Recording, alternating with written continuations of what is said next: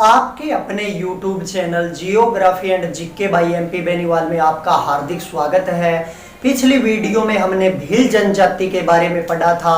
आज जो अपनी अगली जनजाति है वो है गोंड जनजाति। आज अपने गोंड जनजाति के बारे में पढ़ेंगे।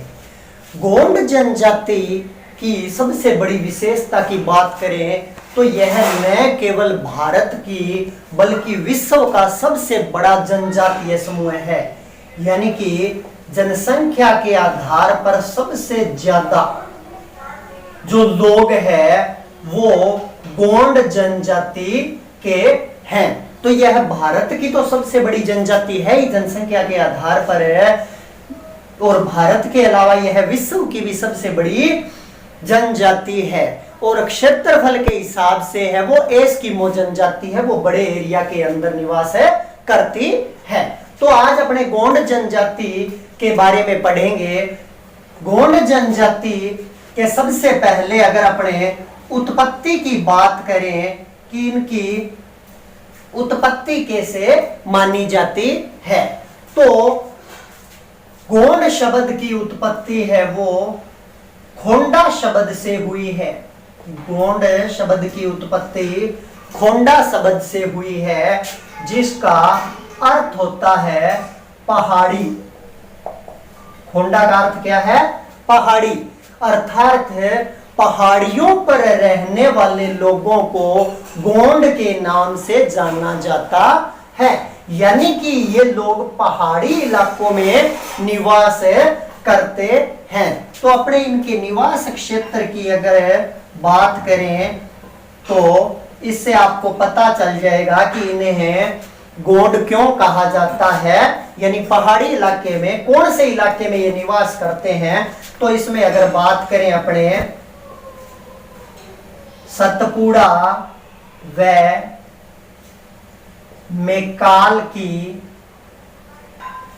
पहाड़ियां, सतपुड़ा और मेकाल की पहाड़ियां है वो मध्य प्रदेश राज्य में है।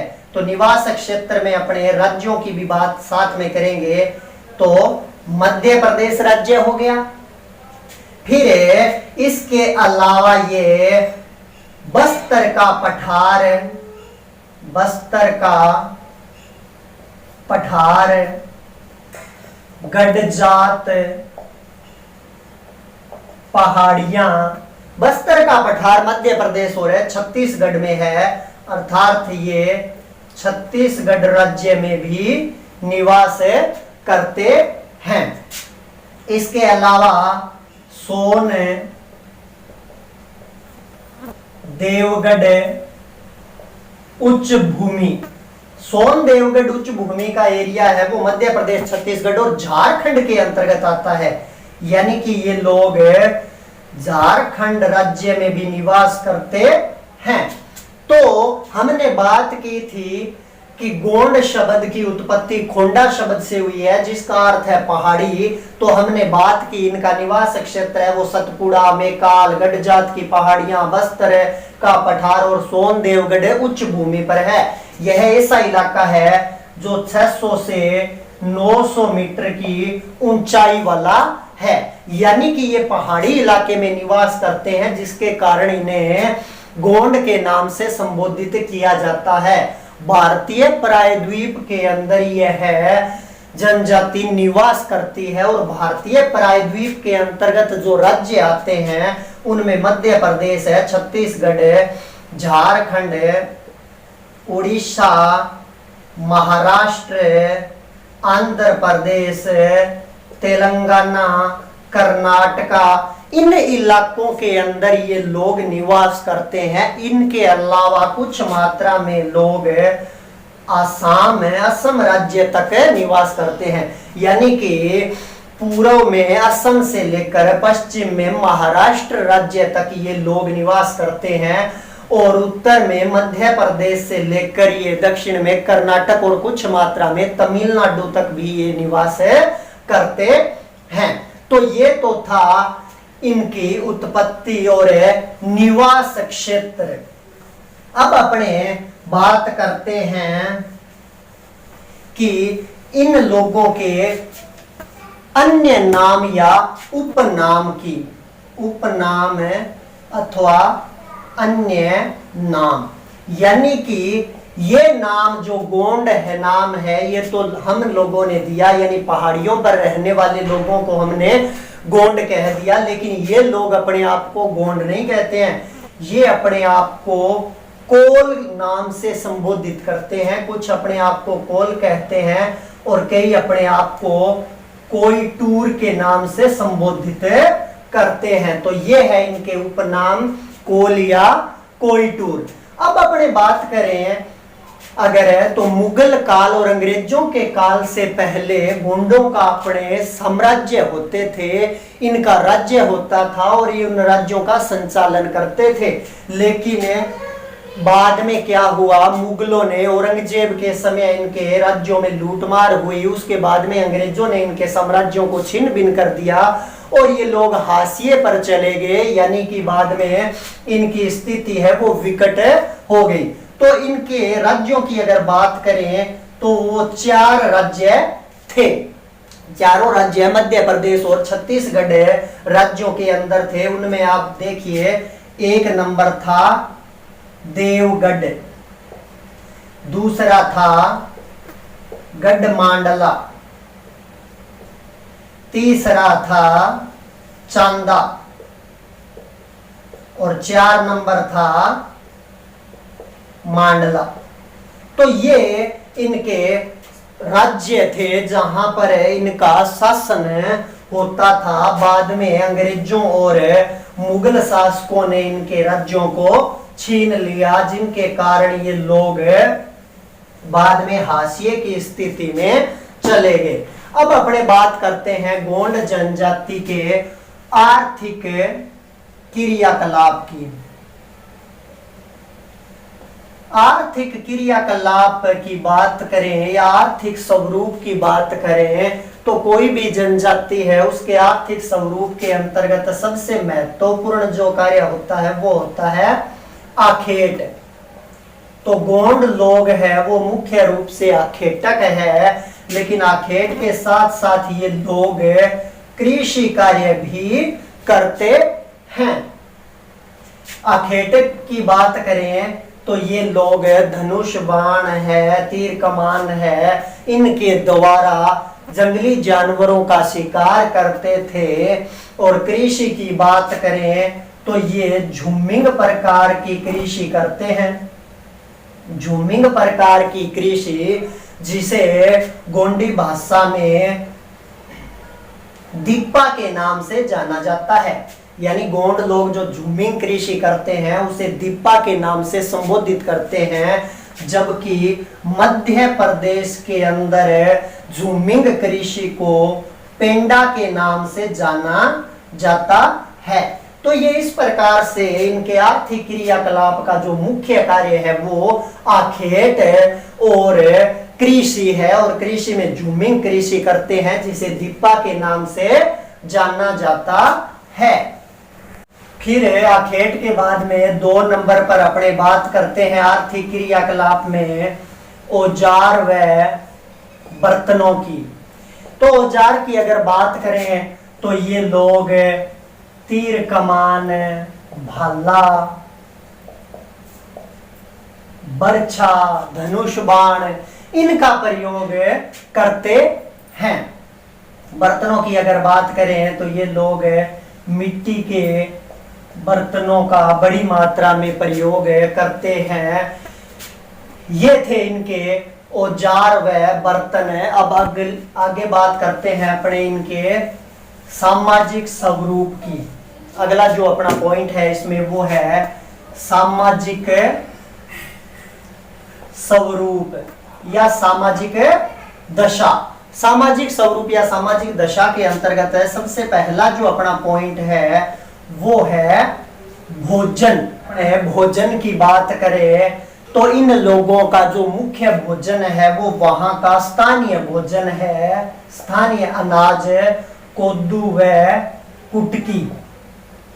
कोदू व कुटकी वहां का स्थानीय अनाज है जो उस इलाके के अंदर होता है, उसी से अपना भोजन है वो प्राप्त करते हैं। इसके अलावा अगर कोई उत्सव या फिर कोई त्योहार होता है तो उस टाइम के अंदर ये लोग चावल का प्रयोग करते हैं, यानी उत्सव और त्योहार के समय चावल का प्रयोग किया जाता है। और बाकी 12 महीने लगभग ये कोदू और कुटकी जो स्थानीय अनाज है उसी का भोजन के रूप में प्रयोग करते हैं। इसके अलावा हमने बात की थी ये आखेट करते हैं तो ये मांस का सेवन भी करते हैं। तो ये लोग क्या है कि जब कभी पशुओं की बलि देते हैं तो उस बलि के फल स्वरूप जो मांस प्राप्त होता है उसी मांस का सेवन करते हैं। वैसे तो बलि प्रथा पर अब रोक लग चुकी है। अंग्रेजों के समय से पहले ये लोग नर बलि भी देते थे और अंग्रेजी शासन के दौरान उस नर बलि पर अंग्रेजों ने प्रतिबंध लगाया था। उसके बाद में ये किसी खास वजह से या त्योहार पर केवल पशुओं की बलि देते हैं जिसमें बकरा या मुर्गा शामिल किया जाता है। इसके अलावा ये शराब का सेवन भी करते हैं। तो शराब के अंदर क्या है, महुआ से बनी हुई शराब का ये लोग सेवन करते हैं। अब भोजन के बाद में अपने बात करेंगे दूसरे पॉइंट की। तो भोजन के बाद में दूसरा पॉइंट है वो है वस्त्र। अगर इनके वस्त्रों की बात करें तो ये लोग सूती वस्त्र पहनते हैं, यानी मुख्य रूप से ये वस्त्रों के लिए सूती कपड़े का प्रयोग करते हैं। पुरुष लोग हैं वो धोती और कमीज का प्रयोग करते हैं, जबकि महिलाएं हैं वो साड़ियां पहनती है। जबकि महिलाओं के अंदर वैसे तो पुरुष भी लेकिन खासकर महिलाएं हैं वो गोदना गुदवाती है, यानी शरीर पर टैटू बनवाने का प्रचलन है वो इनमें पाया जाता है। इसके अलावा महिला हो या फिर पुरुष दोनों ही चांदी और एल्यूमिनियम के आभूषण पहनते हैं। महिला और पुरुष दोनों ही क्या करते हैं, चांदी और एल्यूमिनियम के आभूषण है वो पहनते हैं। जबकि इसके अलावा महिलाएं हैं वो रंग बिरंगी चूड़ियां पहनती है। इसके अलावा ये मनकों व कोड़ियों से बने हार पहनती है। मनकों और कोड़ियों से बने हारों को भी इनके द्वारा पहना जाता है। तो ये अपने वस्त्र थे और ये इनके आभूषण थे। इसमें जो अगला अपना पॉइंट है वो है इनका आवास। आवास आवास यानी कि घर या फिर मकान। तो ये लोग वैसे तो झोंपड़ियां बनाकर जंगलों के अंदर या फिर गुफाओं के अंदर रहते हैं।